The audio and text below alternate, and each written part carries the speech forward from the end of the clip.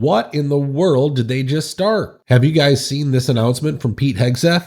Our job here at the Pentagon, when you think about it, is to prepare for the threats of the future and build a force to match them and defeat them and outpace them.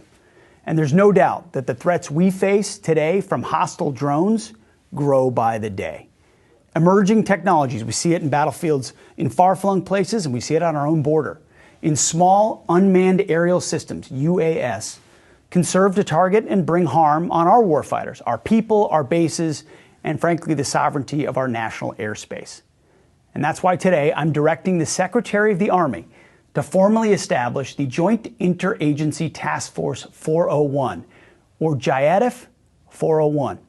It's a new unified team that's going to bring together our best talent from all our agencies to counter these threats and restore control of our skies. Now, usually I would have called it just another tactic from the Pentagon to get more money, but they clearly have some sort of deeper agenda. I mean, this announcement comes just a day after the Daily Mail published this viral report. It states that in the last 3 years, more than 8,000 mysterious UFO orbs have been observed inside the U.S. airspace. More than 360 of these orbs were reported only miles from military installations.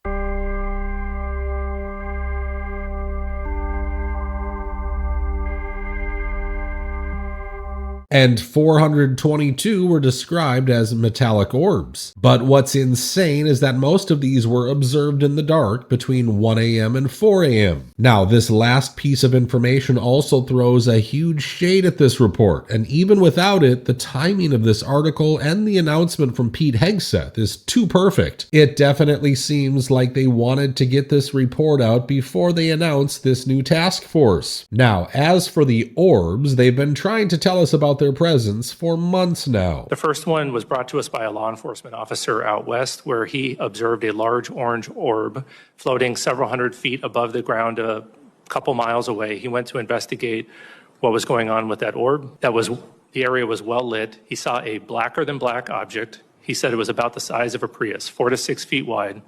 And as he got 40 to 60 meters away from the object, it tilted up about 45 degrees, and then it shot up vertically. He says 10 to 100 times faster than any drone he's ever seen before. And it did that without making a sound, as far as he could tell from inside of his vehicle. Look, after all that drone madness from last year, one thing is certain. A lot of these witnesses could be telling the truth about seeing some strange orbs in the sky. However, it's pretty much certain that those orbs were operated by one of our many shady agencies. And once again, I will show you something before you start trusting any of these reports from the Pentagon. This is breaking news. A bombshell Pentagon admission is turning the entire UFO debate upside down. According to a new investigation, the U.S. military deliberately spread UFO lies for decades, not to cover up aliens, but to hide secret weapons programs. Yeah, that flying saucer you heard about? It was probably an early prototype of the F-117 stealth fighter. This was a full-blown disinformation campaign. They planted rumors near Area 51. They doctored photos. They wanted the public to believe it was aliens because that was less dangerous than revealing what they were really building during the Cold War. But here's where it gets even darker. Inside the Pentagon, there was a secret hazing ritual called Yankee Blue. New commanders were shown fake alien aircraft and told if they ever revealed the truth, they'd be executed. This wasn't just to fool the public. It was to keep their own people in the dark. Now, what's insane is that this is far from the most troubling news I've read in the last 24 hours. I'm sure you know that they just appointed a new acting director for the CDC. That Jim O'Neill will be the acting director of the CDC. He currently serves as the Deputy Secretary of Health and Human Services. Look, folks, you're not going to believe where Jim O'Neill comes from. He is a very, very close ally of Peter Thiel. He has run Peter's investment funds. In fact, he has run many projects for the billionaire. He even helped establish man-made islands that could float into international waters and where Peter Thiel could experiment with a new form of government. So basically, Jim is Peter's right-hand man man, and now this guy is going to run an agency that has lost all public trust in the last 5 years. Do I have to spell out why this makes no sense at all? Now look, I praised RFK Jr. for firing Susan Monterez, and he even gave a proper reason for why she had to go. I will confirm that we let go of Susan Monterez yesterday. I'm not going to talk about personnel issues, but the CDC is an agency that is very troubled. There's a lot of trouble at CDC, and it's going to require getting rid of some people over the long term in order for us to change the institutional culture and bring back pride and self-esteem and make that agency the stellar agency that it's always been. But then why would you put a Thiel Foundation guy in the driving seat at a time when you need public support? I'm sorry, but this makes no sense to me because I know what to expect from people who are hired and controlled by Peter Thiel. Note, she said geoengineering. I don't do geoengineering. I do weather modification, and that difference is really important. Cloud seeding is a kind of weather modification, and it's weather modification because it's local in both time and space. Now, next up, I want to talk about another situation that has left people speechless and way too afraid to ever step on a plane. It all began with these clips.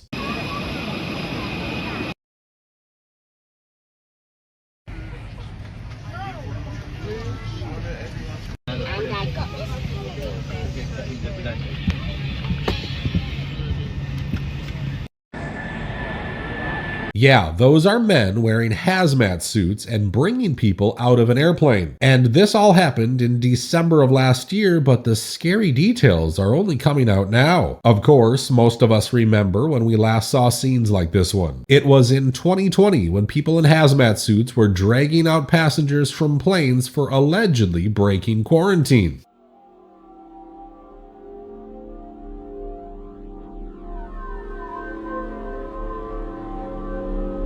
Now, what happened on this flight is pretty damn scary and unexplainable. A lady who was traveling to Egypt said that it all started when they noticed the extremely high temperature inside the plane in the middle of winter. This already made the passengers uncomfortable, but things got worse when all of a sudden, members of the flight crew began to pass out while the plane was thousands of feet in the air. Apparently, one woman was in such a bad state that her eyes began to roll back, and this is when they diverted this cursed plane to Italy, where the scared passengers were greeted by men in hazmat suits. Was it some kind of bio attack? Was the plane transporting some dangerous substance that entered the airplane accidentally? Clearly, something happened. They have kept it under wraps for months, and that control over information is the scariest part about this whole situation. Now, since we're talking about the aviation industry, let's talk about Spirit Airlines and its second bankruptcy filing in a single year. Spirit Airlines has filed for Chapter 11 bankruptcy for the second time this year. It comes just months after the airline's most recent restructuring back in March. Now, most people had nothing good to say about this airline ever. From unruly passengers to just evil policies, this airline was notorious for providing a stressful journey. Get your drunk ass out of here, bitch. Why you was messing with my friends? Because they Mexican, bitch? Yeah. Play with me. So we have 200 passengers on this flight right now. Everyone's luggage is down there. How long have you been waiting? 7 hours. However, this bankruptcy comes only days after one Spirit Airlines flight went straight through a Category 5 hurricane.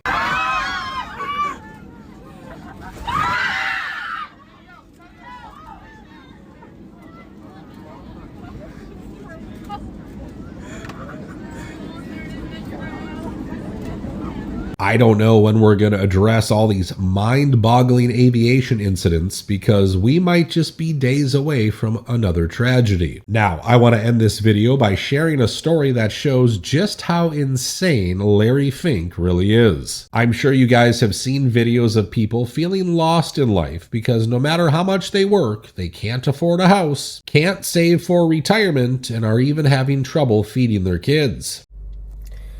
Hey TikTok, I'm just on here wondering if anybody's feeling the same way I'm feeling. I'm from Illinois, and I feel like the gas prices and the electric bills and the prices of food is just so overwhelming anymore. Like, I'm wondering if anybody else is feeling like they're drowning and they can't get out. I work overtime and I cannot get above water.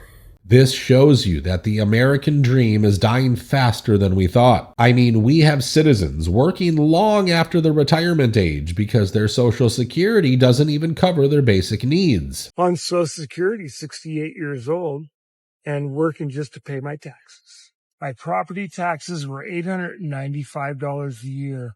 Now, my property taxes are approaching $8,000 a year. We are supposedly the richest country in the world, and instead of fixing this shameful situation, we have Larry Fink advocating for raising the retirement age. In fact, in his own words, he states, "We focus a tremendous amount of energy on helping people live longer, but not even a fraction of that effort is spent helping people afford those extra years." He wants to implement a system used in the Netherlands where the retirement age goes up as the life expectancy goes up. I'm not saying we should set universal welfare, but clearly we can help our senior citizens by making serious changes to Social Security. Retiring with dignity should be the right of every American, but if Larry Fink has his way, we might be losing that too pretty soon. So tell me, what do you think about this new CDC hiring? Also, what's your opinion on raising the retirement age? Let everyone know your thoughts in the comments down below. Thanks for taking the time to watch today's video, and I'll catch you in the next one.